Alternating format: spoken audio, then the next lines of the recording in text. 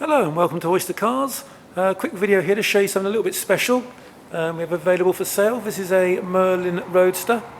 So the Merlins were produced in the 80s, I think early 90s. Actually came from Essex and they were sold through a company called, I think it's Thoroughbred Sports Cars back in Essex. But if you have a look on the internet and do a search, there's an owners club and you can read all about them. It's a very nice example. They're a sort of traditional old-style roadster. A few people have come in and seen it, so it's always a bit of a sort of Morgan copy, which I think is probably a fair enough comment. Just got the bonnet up at the moment, just so you can quickly see the engine. It's good old Ford Pinto. If you know your engine, it's a very, very reliable unit. This is the 2-litre one. We've put electronic ignition on it, checked all the plugs and leads and oil, and she runs very nicely. And fed through there by a sort of Weber car. I think it's a 38 DJS. So it's quite sprightly. It's got quite a nice sounding exhaust system on it.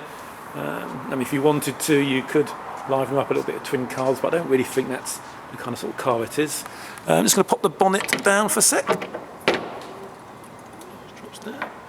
And it's very nice, the bonnet actually. It's got the pin catches on it and sort of leather straps to hold it all in place. Looks the part. It was repainted, originally sort of fiberglass, but painted I think back in sort of the mid-90s, and we can tell that because we've got a very good sort of V5 history check we've done. And did a colour scan, and it's come up as the actual bodywork being Aston Martin silver, which is very nice. And it probably doesn't show too much on the photos, but actually the wings are a sort of very light grey.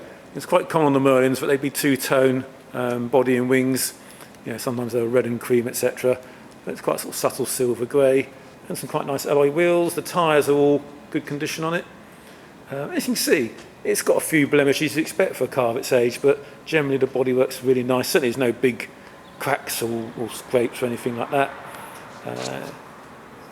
Nice chrome rear bumper and lots of little finishing details all the way around the car. Okay. Inside, we recognise the seats. They're actually from a Mazda MX-5. Not quite sure they suit the car completely, but they are very comfortable, but they do take up quite a bit of space. Now we've left them in there at the moment. We have got a pair of low back seats up on our shelf we could put in, or prospective customer might like their own choice of seats, but we can discuss that as and when time needs to be. The dash and sort of fascia is all very nice, sort of that burr veneer, and sort of Smith styles. Also got a sort of JVC radio. Must admit we haven't checked it yet. The speakers on the back shelf here, but we can check to see if that works. But to be honest, when you've got the hood off and the doors off and the wind blowing around, I'm not sure you want the radio on, but it's there if you need it.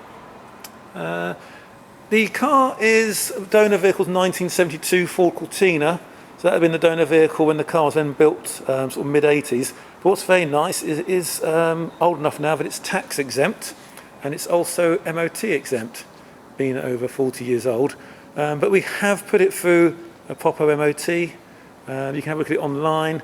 I think it passed completely apart from one aspect, which was a slight fray on the seat belt, on the driver's seat belt, which I can sort of just show you. It's nothing significant at all to worry about. It was only sort of a light advisory. If you really were bothered, those seat belts can be swapped over to the standard inertia wheel seat belts. So yeah, drives really nicely. Lovely bit of summer fun. If you are interested, please get in touch by email or phone. And yeah, thank you for watching.